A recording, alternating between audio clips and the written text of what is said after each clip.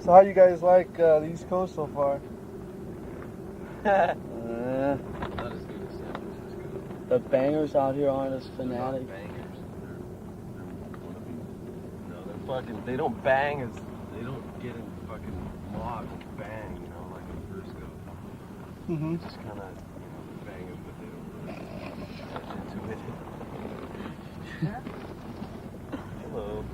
So how have the gigs gone on so far that you guys been doing? It gets better every gig. You know, like the lineup changed last 2 weeks ago and shit. Kind of fucked things up for a little while, but things are getting tight now. Going in the right direction. The gig at the show place didn't go too well. He'd only been playing, you know, with the band for 5 days. Yeah, well, 3 practices actually. 3 or 4. That was a show with Anthrax? Yeah, last week. But so, in a couple of years it should be tight. Hopefully. So, how do the East Coast audiences differ from the West Coast? Don't bang as much? Yeah, they're not as fucking fanatic.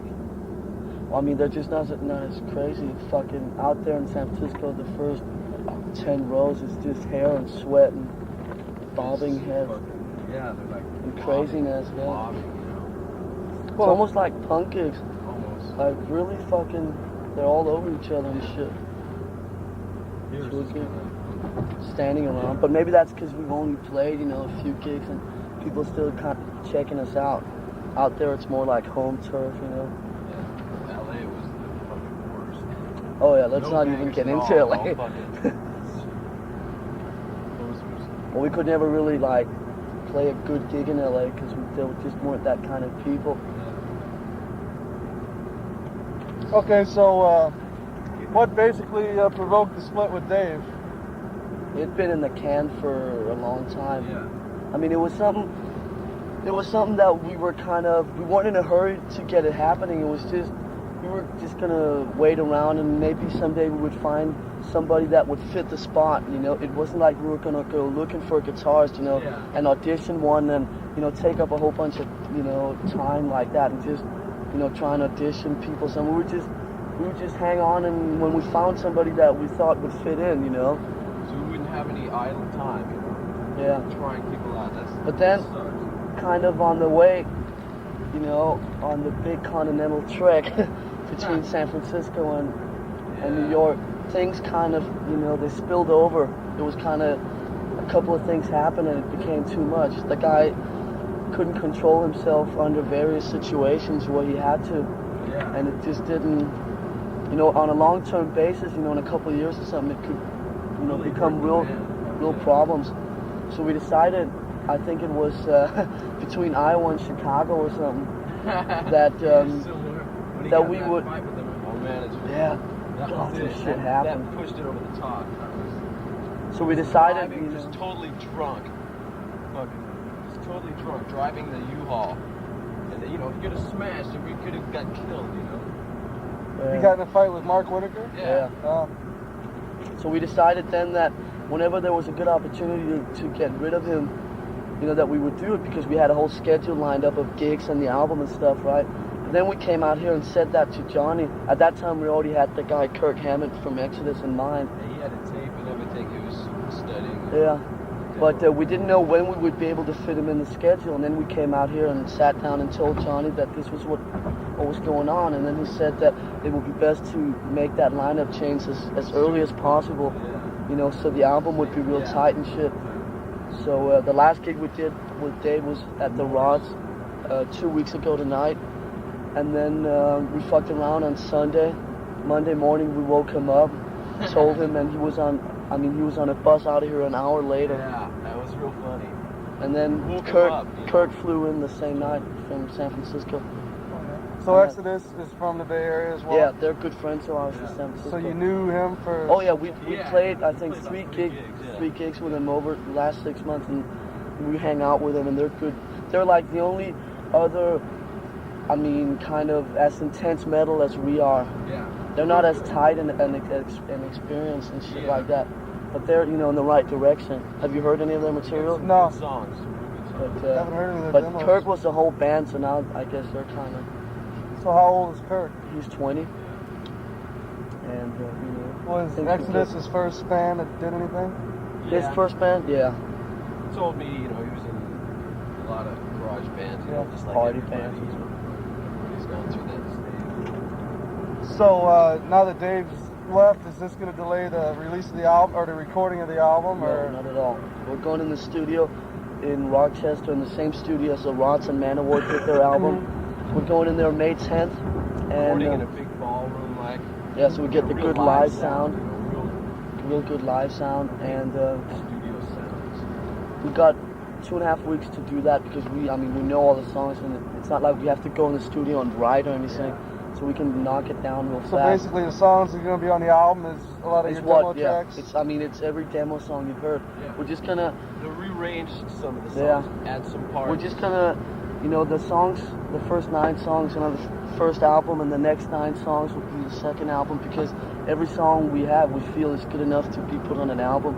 It's not like we have any filler tracks or anything. Yeah. So every song that we do, we want to have on vinyl. So the first album is going to be the 7 songs from the No Life to Leather, plus No Remorse and Whiplash.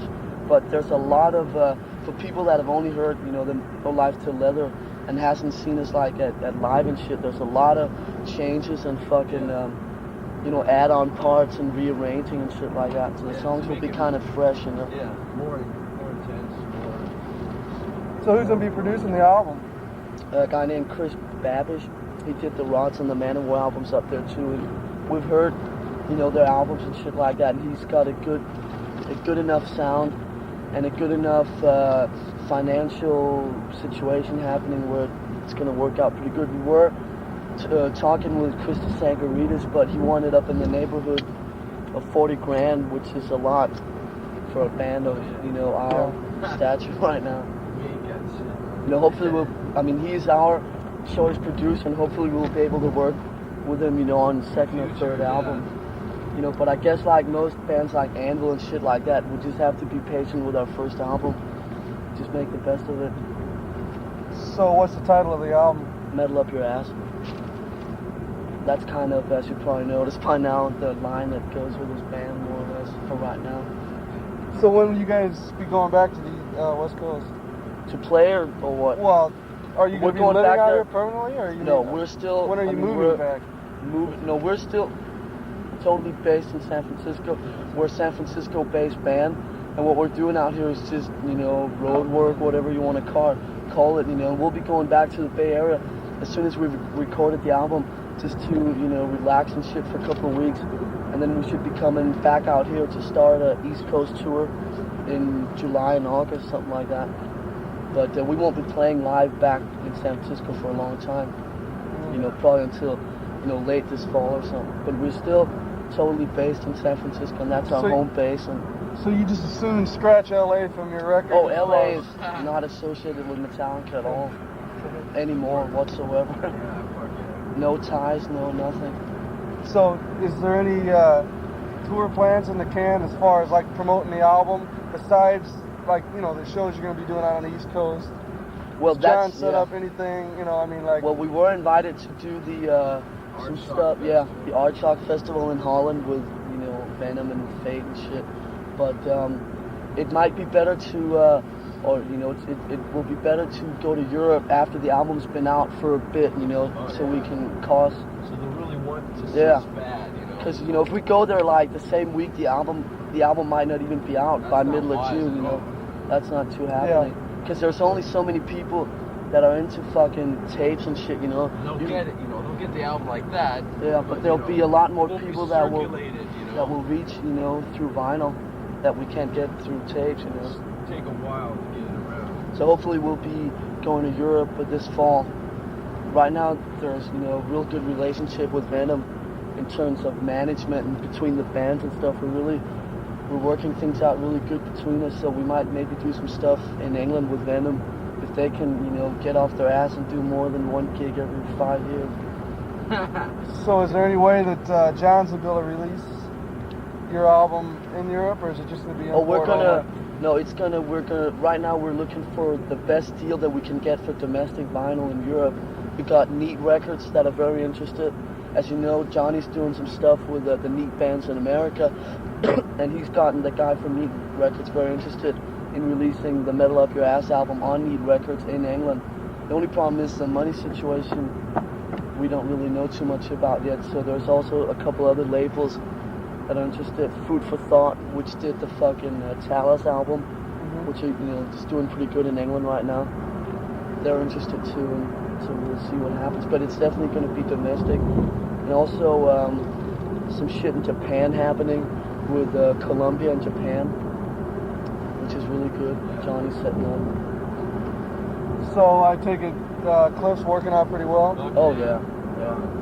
Best bass player I've ever worked with. He's really talented. I mean, Bach a lot. He listens to a lot of Bach. He's classical. He's a lot of got CC Top. random- He's really musical fucking. He's not really genius. limited. He's just fucking. Yeah. He's great. He's a great guy too. He's so laid back. Yeah. He's real easy to get along with. So you guys think you're even faster now with Cliff? Or I wouldn't well- say faster. I'd say a lot heavier. Fuck yeah, he's got. There's a whole different bottom end to His sound is the whole is sound. real good. It blows Ron's sound away. Ron was just, he was shit. I taught him how to play. I taught him how to play bass. We needed a bass player for my old band, so I taught him how to play. he's just a friend of yours, more or less? Yeah.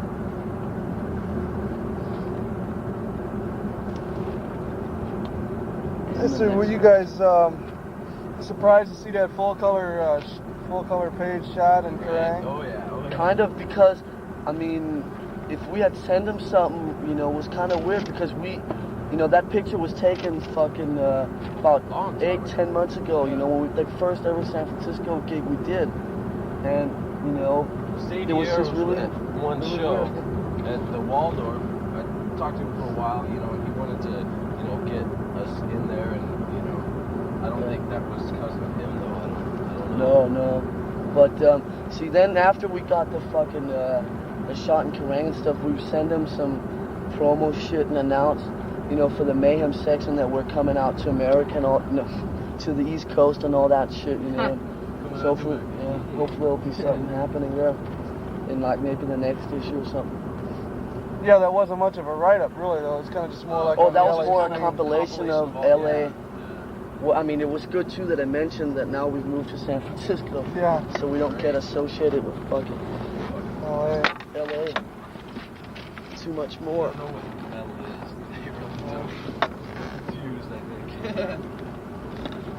think. Yeah, I guess, they dress up in the studs and whatever just as a, more or less a fad. Yeah. And they're not really Just into to- it like Just to fit in with everybody. Yeah. It's kind of like a walking freak show. They'll see you can put the most shit on just so everybody will look at them, Fuck. It's not, Yeah. It's not metal at all. I think metal's, gotta have hair 3 feet high and spikes all over your body. Right. Like the Wild Hate Dogs spikes. album cover. Yeah. I mean, It's real funny. Wild Dogs. so what do you guys think of Kerrang in general? It's going It's real getting downhill. worse. Real downhill. It was real good. First issue was Oh, almost yeah. good. And the second issue with Richie on the cover was, of course, God. But, I mean, since that fucking strike happened or whatever, something happened around, I think, issue 5 or something. Like, they started fucking taking articles from Record Mirror and shit like that. Since then, it's just gone totally steadily downhill. And, it's It just... used to be real metal, now it's got all kinds of crap in it. Yeah, it's so fucking, it's just so widespread. It's just fucking, for kids to jump on It's it. still okay, The last issue wasn't too bad. Yeah. Last issue wasn't too bad. I don't even read Sounds anymore. I fucking bought every fucking issue of Sounds for 3 years, and now it's just, Sounds is getting so shitty too. It's a whole new format, and it's really weird. Really, anything that Sound's going to have, Kerrang's going to have just about anyway now. The only problem is that Sounds, Kerrang is 3 issues, this is what I heard, 3 issues ahead of themselves. So like, if something happened like today, it will be in 3 issues and 3 issues down the line of Kerrang, which would be 6 weeks. And Sounds would have it next week. Oh. Yay! Get rear-ended. This stupid fucker on this side laid back. He just fucking came right on up. Yeah, freak. Welcome to New York, New Jersey, wherever. Wherever the fuck we are. So, are you guys impressed with like the underground, the metal underground following around the world and shit? I mean, because a lot of people know about you guys. It's been real good. I mean, that's why it's. I mean, that's why we're so happening. All over the place. It's because of that whole underground. Yeah, that's Holland though. Holland is crazy. Yeah, real metal over there. With Aardschok, didn't they? Like you guys got voted something. Number second most promising band. 31 overall. Yeah, it's really wild. But that whole underground scene is, I mean, it's the sole reason why we're doing so good. Oh yeah. Because it's pretty if that whole scene wasn't, I mean, if you think about 5 years ago, there wasn't any scene like that. The only bands you'd heard of were bands that have, 5 albums out, I mean, it's amazing that we could do so good on just a fucking tape. It's really funny in that Kick-Ass Monthly, you seen the new issue? Yeah. Had a line that was really funny. We were the biggest band in the world without any vinyl. Oh yeah? Funny line. It's a good bag. Yeah, it's pretty good. It's real meaty. Have you seen it? Yeah. It doesn't have a lot of like photos and bullshit, but it's got a lot more meat, just basic down to fucking earth interviews and shit, you know? Instead of, hardcore fucking big interviews. Yeah. You know what I mean? Not just the basic. Yeah, when did you form the band? That's about the only fanzine out here on the East Coast, really, that I've seen anyway. Yeah, I've really seen many. Whereas like out in California, you got a dozen, which you can get a little overkill after a while if everybody's putting the same stuff, Yeah. Plus, a lot of time with fancy and shit, they tend to have like news and stuff that's only been out for 3 years, Yeah, Verrazano Bridge, man. 13. Your lucky number, huh? Yeah, like they'll pull shit out of other magazines and print it up. Yeah, right.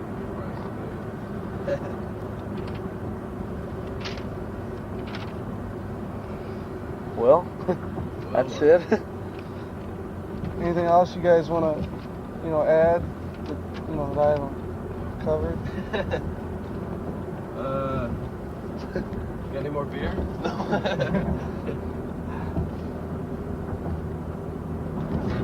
Well, I don't know what to say. If I had a few more beers, I might think of so. I don't know. So how did it go, like, as far as the working relationship with Venom last night's show? Good. We've never played with a band that was bigger than us. They were so fucking friendly. Really, this whole week we've had a real close working relationship and hung out a bit together. They'll help you out. Like Vandenberg, they'd be totally against you. Can I move this? No, it's got to be there. You can't do this, you can't do that. Fuck, Venom. Even with Saxon, when we played with Saxon, yeah. they fucking had about 2 feet or something in front of the drums. God, it was terrible. What was this? They didn't even say hello. They didn't do nothing. Yeah. Saxon wasn't friendly at all. Let's see now. I guess 55. Let me see a beer, James. Pull up. See one, or you want to drink one? He'll take a look at it. Fucking like. I think that the lineup that we have happening now, like when me and James first got this band together, it was always like fucking Ron and Dave. It just wasn't happening. Like, when you thought ahead 5 years, you couldn't picture any of them still in the band, and now none of them are in the band. Ron was totally got in outside. because we needed a bass player, and the bass player, we auditioned about 3 bass players, and none of them were working out at all. And I lived with Ron there, so what the fuck? He's a bass player. Let's do it, But he was always kind of the outsider, but you can see in a lot of pictures. He just it's like 3 guys and then one, Yeah, he'd sit there and look at you, going, "What are you doing?" Why are you making outcast. a face? Yeah. He was the outcast for but the whole time. Even with Dave, just like I think deep inside we always thought that it wouldn't last fucking. Yeah. But right now I think we're fairly confident that this lineup is gonna you know, stay tight for, you know, a bit of time. I don't know how many people know this, but we've actually, you know, been looking for a singer fucking for about a year or something now. That's what I heard. And we still haven't been able to find anybody that we thought would fit what we're doing and, you know, shit like that. We have one guy that we've been trying to scam off for a long time, but he won't do it yet. You know, we tried getting Cliff for 4 months too before we got him, so we're still keeping our hopes up. But have you heard of a band called Armored Saint? Mm-hmm. Got the demo. Yeah, we're trying to. Oh, yeah. The singer from Armored Saint is the He's singer got we an want in excellent this voice. band. Well, you should. I mean, his voice doesn't even. I mean, his stage presence, Oh, he'd God. freak out, man. Yeah, they're real banging. Especially fucking him, because he looks like he almost means it. Yeah, Which is there's real a lot good. of bands that's force banging, you know, it's all set up, you know. That's not a Hey, feeling we'll bang from on the balls. this part, you know. Something like the rods, you know, that was really fun. But fucking this guy, you know, is, I fucking he really fucking means it. And he's got a real good voice, and he's real young. Like, don't- if like in a couple of years, man, he's gonna be sounding real major. Oh yeah. And, He doesn't want to leave Armored Saint, though? Or Well, what's... not yet. Supposedly has something with shrapnel. Shrapnel. Well, actually, we got something from them in the mail a while back, and they said they're going to release an EP on Metal Blade or whatever I that doubt if that's gonna happen. that went from. I heard they're in the studio now doing another.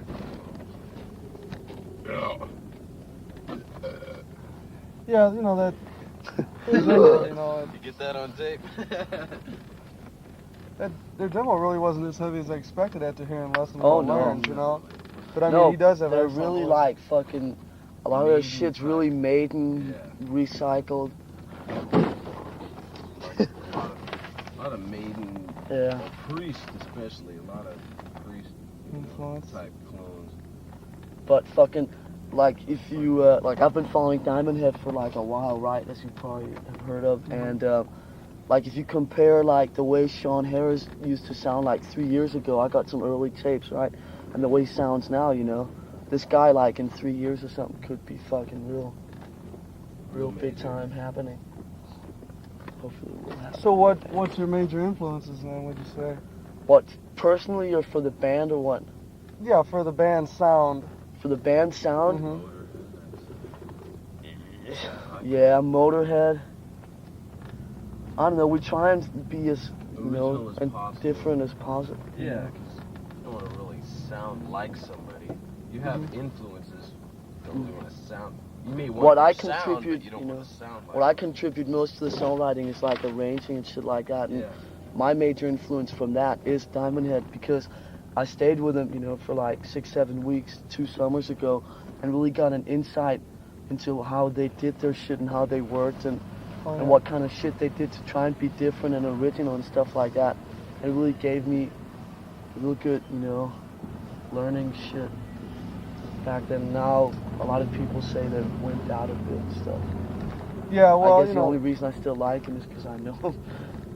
Yeah, I mean, if you compare, you know, Call Me to Helpless or something. Yeah, right. Nice little headband. Now let's see. We're going to head up to Brooklyn, I think. Yeah. Yeah. 278. 278. So, how about like, you know, personally, you know, what's Personally, your well, biggest my influence, like- well, from a drummer's point of view, Mhm, yeah. I'd say Phil and fucking, I don't really know if he's an influence in how I play, but my big idol is Ian Pace, ex-Purple, White Snake, but I think influences is fucking Phil and the guy from Diamond Head. I mean, he's not really brilliant or anything, but he does a lot of shit that I kind of picked up on. You know, like offbeat cymbal hits and shit like that. Yeah, right. I noticed like you're a lot more into just speed and like you know, working the cymbals out rather than just you know, fills and double bass type of shit. Well, like the that. only reason I'm not into the double bass is because just acquired it a few days ago. Oh, okay. Still working on that. Huh? Yeah. I mean, you don't want to go out and start playing double bass until you're totally confident that you can, you know, do it and shit like that. I just got that whole kit, you know, recovered and the double bass added to it when we moved to San Francisco late February. And there hasn't really been that much time to sit down by myself and just, you know, pound both of my feet, you know, on those pedals for 6 hours a day. Because we've been so busy. You know, when we moved up to San Francisco, we had to work Cliff in the band, you know, and then now we have to work Kirk in the band, you know. There's not really, there hasn't been any time to, you know, get new shit down or anything, you know, in terms of new songs and stuff, you know. Yeah, Kirk, I definitely wouldn't say you lost any speed with getting Kirk. Oh, no. He's got Dave's speed, but he just, you know, Dave was all speed. He had no feeling, he had no pull-offs, he had no, you know, brilliant things, you know. He'd try and get brilliant, you know, some augmented things, and then it just sounded really awful, you know. He's real fast. He's real talented, though.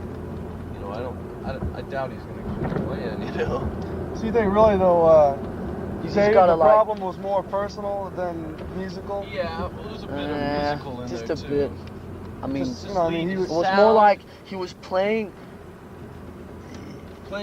for girls, chicks, to tell all his friends that he was in a band. It wasn't like this guy Kurt. I'll tell you, man. He wakes up in the morning. He just starts playing guitar. Plays. I mean, he just plays all the time. The guy plays. You know, Kurt. I mean, Dave would only play, you know, when he had to. He'd never sit down and just jam. Or it wasn't like he played guitar because he wanted and felt like playing guitar. It was more like an excuse to fucking show off or something, you know. Yeah. So now Real you got shitty the attitude. double V attack, huh? Well, Hopefully not for long. I always liked V. I would play. I thought, you know. yeah, but 2 V's is. No, I don't like it. I don't like 2 V's. Kirk used to have another guitar. It was some Star thing with an arm, and it sounded kind of crappy. So he sold it to get another Marshall cabinet. So that's why he's using that V right now.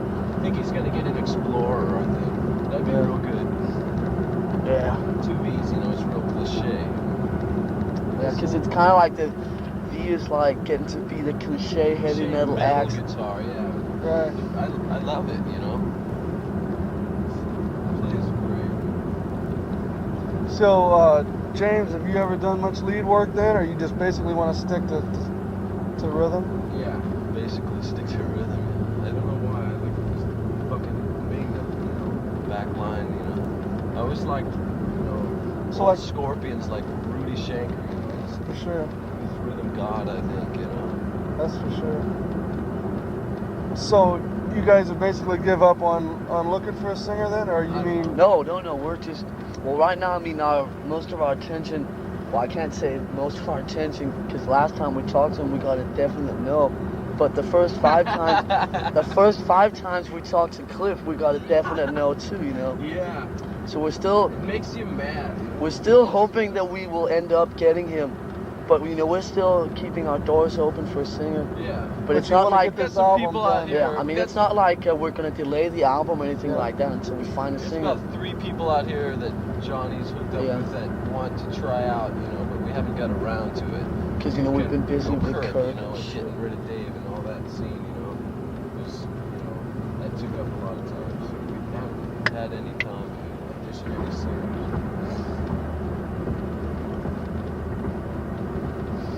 Sooner or later, we'll end up with him happening. So Kirk must have learned the material damn fast, you know what I mean? Oh, yeah. I only noticed like last night maybe, like maybe a couple times last night there was a couple rough endings at the end of songs, but I mean as far as the actual, you know, I mean for fucking, structures, you know, I mean we practiced maybe 8 or 9 days with him. I mean actually with us, you know, he played with a demo, you know, and that's shit, you know, playing off a tape, you know, I bet you, you know, 10 other guitarists, they'd all get the, you know, they'd all get different things. They hear it different, you know, it's just how you hear it. You know, you'll hear certain things on the tape instead of, you know, actually how it is. And then when he came in, I had to show him, you know, like, it must have been, you know, a couple things on each song, you know, just the picking and just, you know, small things that make it really tight, you know, which you gotta have, you know. Yeah, but for fucking, you know, 9 days, it's real tight. I mean, for 9 days, it's tight, and you know, after 9 months, I'm sure it's going to be absolutely fucking. He's got a lot of good material too that we're going to start using, and we're going to be doing more like, you know, harmony. You know, I'm not going to be doing it at least, but you know, just harmony, guitar things, real brilliant. just stuff you get into, the more musical experience you get, the more writing. You tend to, like, when you first start writing and shit, it's just 1, 2, 3, bang your head, you know. But after a while, you kind of want to move on, and you know, right now, most of the songs we have in the fucking pipeline are like at more moderate speeds. You know, we don't really have any super Metal Militia speeds songs lined up. You know, just fast songs after a while tend to sound the same. You know, if you have 25 fast songs, you know. Yeah, with double bass, all of them, you know. Yeah. Yeah. Fucking song. Acid. Full speed ahead. This week. Just, fucking time changes and, breaks here and there and stuff. Because, if you play a fast song, like, I mean, I don't want to, like, say anything bad about Jackal or something, but, like, they do a fast song, and it's just boom, boom, boom, boom, boom, boom, boom for 5 minutes, right? But, like, when we do fast stuff, we try and have, breaks and stuff, because it spaces it out more, there's more room. The more faster. Yeah. Yeah. And if you have a really fast song with a half-a-minute slow part in it, then the fast part would seem a lot faster. Yeah, it kind of kicks your face again, like the beginning, And the next Another question. toll.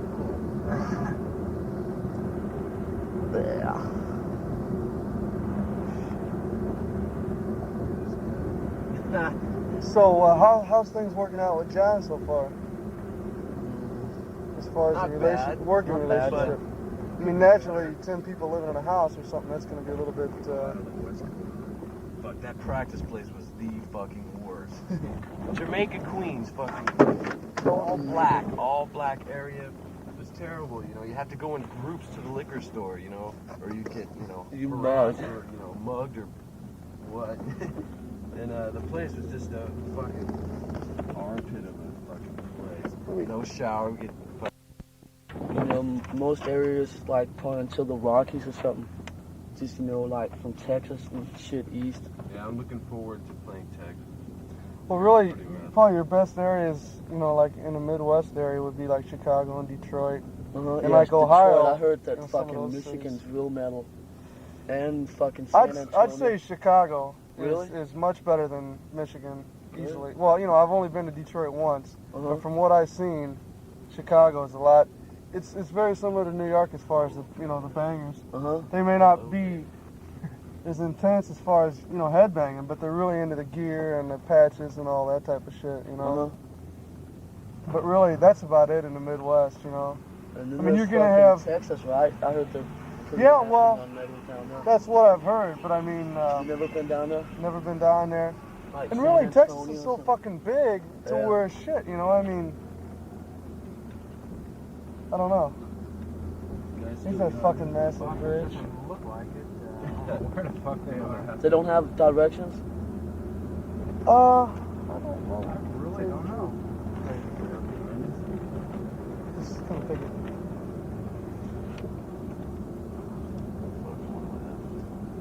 So is this you guys' first time on the East Coast, or? Well, mine. Yeah. I mean, Lars period. Been here. I've been visiting out here quite a bit before, but this is the first time out here playing. You were born in Holland?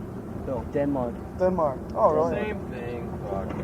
So what, Denmark's right next to Holland?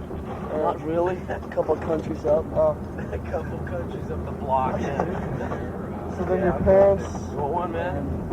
Well, then my parents wanted to move to LA in '80, and I didn't really feel that I was ready to, like, live by myself then, so I was only 16. So. I just went with him. That was right when things were starting to happen in Europe, with the new wave of metal and all that shit. Then I came out here and was real dead. Real fucking dead. So let me, just for the record, let me get down you guys' ages. James is 19, I'm 19, Kirk is 20, and Cliff is the old man 21. now. 21, yeah. Big 2-1. He's a good man to have around in California, though. The drinking age is 21. What's the drinking age where you're from? 21. Yeah, it's 19. It's cool around here. The only good thing I think is the drinking age. 19. Yeah. They have weird shit like the liquor stores aren't open on Sunday, and you're not allowed to drink alcohol.